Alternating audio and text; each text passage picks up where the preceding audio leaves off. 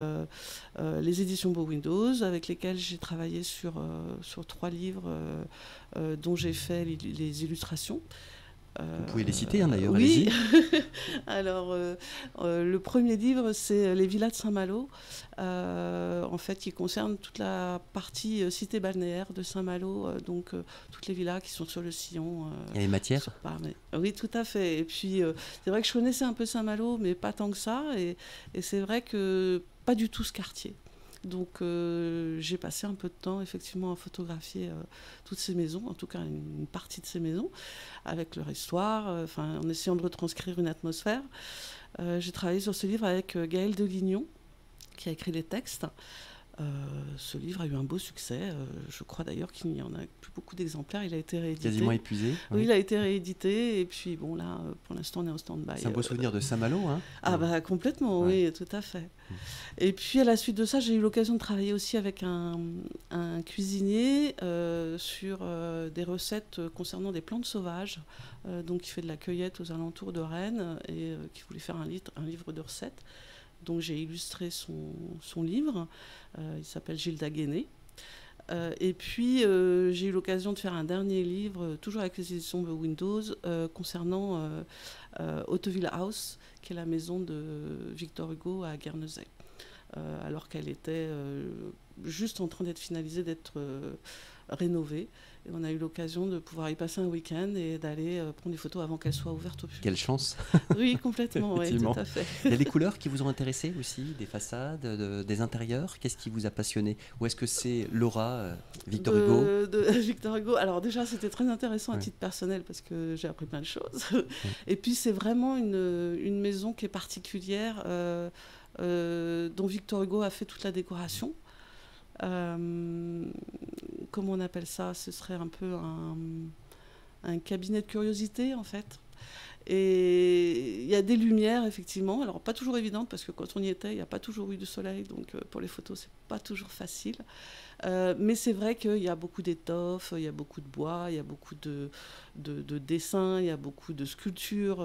Enfin bref, c'est quelque chose d'assez intéressant à voir. En tout cas, j'invite les gens à aller visiter s'ils ont l'occasion de le faire. Ah bien, écoutez, l'invitation est lancée. Clotilde Audouin-Philippe, on va parler de l'exposition, effectivement, dans le cadre des deuxièmes estivales de à la Marée, à Cancale, salle Paul Yvain. Comment votre travail est-il présenté? Et je sais que vous avez une passion particulière pour les bateaux. Expliquez-nous ce concept des œuvres vives. Alors, une passion particulière pour les bateaux, je sais la pas. La mer, largement, Nazaré. En fait, je pense que c'est plutôt... mes séries, je les fais plutôt... elles sont faites de façon spontanée. Sur le moment, ça arrive comme ça. Je suis dans un lieu, il y a quelque chose qui me plaît. L'appareil photo à la main, voilà, en bandoulière. exactement. En fait, c'est plus un regard sur des choses différentes, ou en tout cas, j'essaye de les montrer différemment à travers mes photographies. Je suis quelqu'un qui aime beaucoup la couleur, quelle qu'elle soit. Et je pense que cela représente, cela apporte... La couleur donne une atmosphère, en fait, et crée des sentiments. Donc, je travaille beaucoup sur les couleurs. La toute première série que j'ai faite, qui était sur Saint-Louis du Sénégal, était très colorée, avec beaucoup d'éléments dans les photos, parce que pour moi, c'était le ressenti que j'avais de cette ville où il y avait beaucoup de monde, il y a beaucoup de bruit, beaucoup de couleurs, etc. La deuxième série que j'ai réalisée, qui était plutôt sur la Mauritanie et Nouakchott, était complètement différente parce que je n'ai pas du tout eu la même sensation. La ville était beaucoup plus vide. En plus, c'est vrai que j'y suis allée à l'époque où les frontières venaient de se rouvrir suite à la guerre, enfin bref, etc. Et puis cette austérité, en fait, et des couleurs extrêmement pastel liées au ciel, au soleil et surtout au désert. Donc une série qui n'a absolument rien à voir et que j'ai voulu beaucoup plus pastel, qu'il est d'ailleurs. Donc j'ai fait ce qu'il fallait pour que mes photos aient cette atmosphère-là. Elle donne un peu un aspect, alors peut-être que c'est comme ça que j'y arrive, elle donne un peu plus un aspect de dessin, en fait, quand on les regarde. Et voilà. Et en fait, ensuite, j'ai fait cette série sur les œuvres vives, donc à Nazaré, au Portugal, que j'ai réalisé, un voyage que j'ai réalisé avec d'autres photographes, dans le cadre d'un échange avec des photographes portugais. Et je suis arrivée donc sur ce port et j'ai vu ces coques de bateaux qui étaient en réparation. Dans ce pays, les coques de bateaux sont très colorées. Donc tout de suite, j'ai eu... Pas que les coques de bateaux, d'ailleurs. Voilà, et donc tout de suite, ça m'a parlé. Et en fait, je pense que c'est ce côté pictural. Et finalement, j'étais dans la continuité de la série précédente. J'avais besoin je pense que je ne me sentais pas suffisamment peintre pour utiliser le médium de la peinture et que quelque part, la photographie me permet d'arriver à ça. Et les lumières de Nazaré, l'atmosphère là-bas? Il y a de grandes vagues aussi, il y a des surfeurs. Oui, alors quand j'y étais, il n'y avait pas de vagues. À ce moment-là. Pas à ce moment-là. Mais après, il y a une atmosphère que j'aime beaucoup, puisque j'adore le Portugal et j'y suis allée plusieurs fois. Et c'est vrai que c'est un pays qui est à visiter également. Maintenant, c'est vrai que je suis restée longtemps sur ce port à prendre des photos avec une autre photographe d'ailleurs. Et ce que j'en ai ressorti m'a vraiment touchée. Et j'ai réussi à faire ce que je voulais avec, sachant que je ne déforme pas mes photos dans le sens où je n'utilise pas Photoshop pour enlever des éléments ou remettre des éléments. Je ne fais que les développer. Alors, c'est du numérique, mais sur Lightroom. Et donc, je travaille plutôt effectivement l'intensité des couleurs, les ombres, etc. Mais c'est vraiment comme si j'étais dans une chambre noire et que je travaillais ce que je peux travailler avec des produits pour de la photo classique. L'appareil que vous utilisez ou les appareils Alors, si vous pouvez me donner juste... Je suis sur Nikon. Ouais, c'est du Nikon D750 et un D850. C'est précis. Ouais. Voilà, et après j'ai différents zooms que je peux intégrer. Je suis pas du tout technique en photographie, en fait, c'est ça. C'est l'émotion qui dicte votre travail. Ouais, en fait, beaucoup plus. Les sensations. Ouais, exactement. Ouais. C'est vrai que souvent on pose des questions. Oui, quel appareil tu prends et quelle ouverture, etc. Et je suis là, je dis mais en fait c'est un peu sur le moment. Mais je vais même vous dire que sur le moment, des fois je prends des photographies.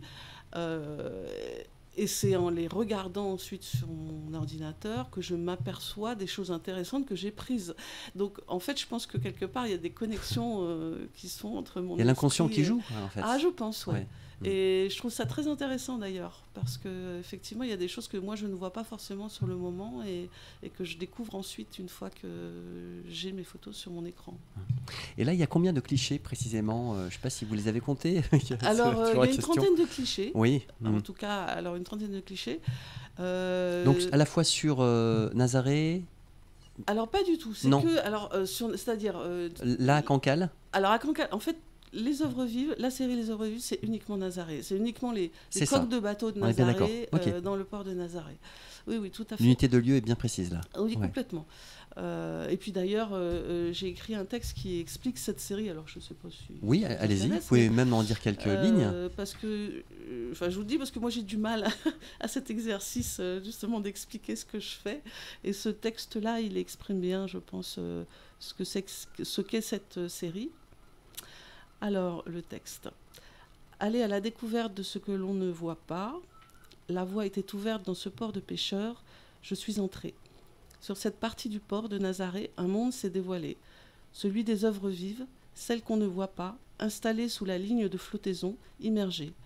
Celles indispensables au bateau, essentielles à sa navigation. Ces œuvres ont happé mon regard et m'ont offert leur beauté éphémère. Des tableaux, des dessins créés par les flots, les algues et les coquillages, un peu aussi par les mains des hommes.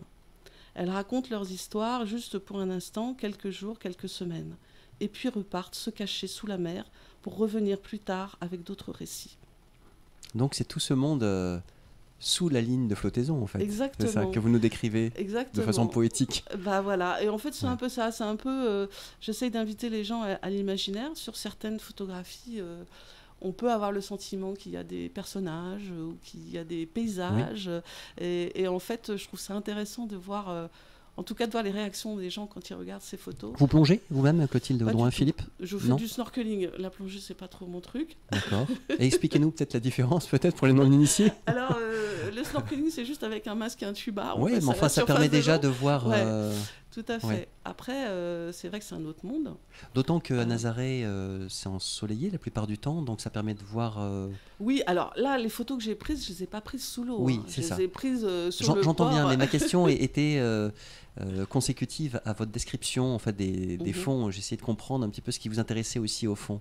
En fait, les coquillages, les algues. Oui, puis peut-être aussi un autre monde en fait. Oui. Je pense que c'est un monde qu'on n'a pas l'occasion de beaucoup côtoyer, même si on nage et on se baigne, rien à voir. C'est vrai que les quelques fois où j'ai pu faire un peu de snorkeling, j'aimerais pouvoir faire franchement de la plongée, mais en fait j'ai une appréhension trop importante et j'arrive pas. Prendre des photos au fond, ça vous intéresserait? Je pense que vraiment c'est intéressant parce que c'est un autre monde. Il y a des couleurs aussi? Oui, il y a des couleurs. Alors ça dépend à quelle distance, bien sûr. Forcément, les abysses. Quoique, il y a des créatures qui pourraient être intéressantes avec des lumières tout au fond. Mais... Et ce qui est intéressant, effectivement, du coup, avec l'exposition avec l'exposition actuelle, c'est que effectivement, Jeanne Guillou expose elle aussi ses œuvres et qui sont des poissons pour la plupart, ou en tout cas des animaux, parce qu'il n'y a pas que des poissons. Effectivement, avec les photographies des coques de bateaux et de ces histoires que j'essaye de raconter, les deux se répondent en fait. Et c'est ça qui est très intéressant. Alors ce dialogue, eh bien écoutez, il est fécond, il est à découvrir effectivement jusqu'au 12 août dans le cadre des deuxièmes estivales de la Halle Amarée à Cancale, salle Polyvin. L'entrée est gratuite, je précise que c'est tous les jours de 14h à 19h. Alors Clotilde Audouin-Philippe, est-ce que vous aimez le contact avec le public? C'est-à-dire, est-ce que vous êtes sensible au regard que portent les gens qui viennent voir vos œuvres? Et vous dialoguez avec eux? Comment ça se passe? Vous attendez qu'ils... Vous vous présentez spontanément? En général, j'attends qu'ils viennent me poser des questions quand ils en ont. Éventuellement, si je vois qu'ils sont intéressés par quelque chose ou qu'ils échangent entre eux, je peux intervenir pour échanger avec eux. Je pense que les gens aiment bien échanger effectivement avec les auteurs de toute façon pour savoir dans quel contexte ils ont pu créer leur Est-ce qu'il y a des légendes? Parce que je n'ai pas encore vu l'exposition. Est-ce qu'il y a des... Alors il y a ce texte que je vous ai lu, voilà, le uniquement. En fait, pour moi, c'est vraiment, je laisse la liberté aux gens de faire jouer leur imaginaire. Ok, en tous les cas, on sait qu'on est à Nazaré. Exactement. Et voilà, on est dans cet univers-là, il n'y a pas de problème. Ok. Y a-t-il un livre d'or Oui, tout à fait, qui est à l'entrée. Et on est invité à exprimer nos ressentis, nos impressions à l'issue de la visite. C'est important d'ailleurs. Cancale, Clotilde Audouin-Philippe, est-ce que c'est un spot, j'ai utilisé ce mot-là, non pas de surf, mais qui vous intéresse en tant que photographe? Est-ce que ça vous inspire parce que les lumières sont changeantes aussi? Il y a le Mont-Saint-Michel que l'on voit au loin, la baie. Alors, effectivement, j'ai eu l'occasion de faire des photos sur cette côte aussi, puisque j'ai travaillé pour les mytiliculteurs de la baie du Mont-Saint-Michel. Donc, j'ai pu faire des photos avec eux, partir en mer, etc. C'est tout un univers aussi, un écosystème. Oui, alors c'était l'avantage quand j'étais photographe professionnel pour les entreprises, c'est que j'ai découvert plein d'univers différents avec des métiers en immersion, différents, en immersion, parfois difficile d'ailleurs, pas toujours évident quand vous allez, ne serait-ce que dans des entreprises agroalimentaires, c'est pas toujours facile de rentrer là-dedans. Mais oui, j'ai toujours découvert plein de choses, et notamment les mytiliculteurs de la baie du Mont-Saint-Michel qui m'ont emmené plusieurs fois avec eux pendant 5 heures à chaque fois, puisque il faut attendre la marée. Et j'ai eu l'occasion de faire beaucoup de photos sur cette côte. Donc oui, effectivement, ça me parle. Cancale, la ville en elle-même, j'ai pas eu l'occasion encore. Peut-être que ça viendra. Allez visiter un petit peu. Voilà, c'est ça. Merci beaucoup Clotilde Audouin-Philippe, donc photographe passionné comme on a pu l'entendre. Merci pour cette présentation. Effectivement, je rappelle les œuvres vives donc à Nazaré, ces belles couleurs que vous nous invitez à découvrir jusqu'au 12 août. Vous avez aussi un site internet tout à fait, que l'on peut découvrir avec votre univers, votre travail, ce que vous proposez notamment. Et puis le livre, les œuvres vives, est-ce qu'on le trouve là-bas à Cancale ou est-ce qu'il faut se le procurer? Oui, on le trouve à Cancale. Alors c'est un livre que j'ai édité moi-même. D'accord. Voilà. Et effectivement, que vous dédicaceriez éventuellement. Oui, sans souci. Eh bien écoutez, on vous souhaite un bon contact avec le public durant cette exposition, Clotilde Audouin-Philippe. Merci à vous. Au revoir.